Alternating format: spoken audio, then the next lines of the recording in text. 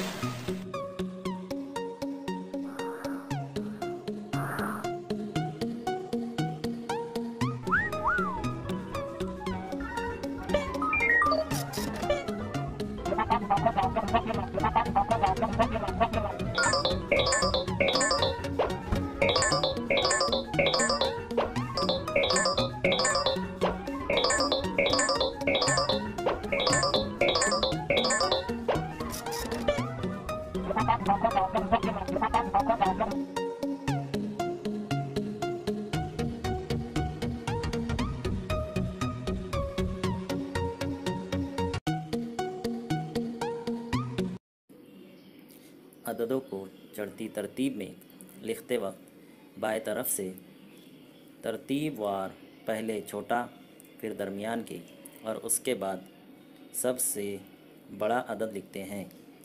तरतीब से हम लोग समझेंगे। मिसाल 4, सबसे पहले आता है 4, उसके बाद हम लेंगे उससे बड़ा अदद 6, 6 से बड़ा अदद होगा 10, 10 से बड़ा अदद होगा 13। इस तरह आगे के अदद भी हम ले सकते हैं। यहाँ सबसे छोटा अदद है 4 और सबसे बड़ा अदद 13।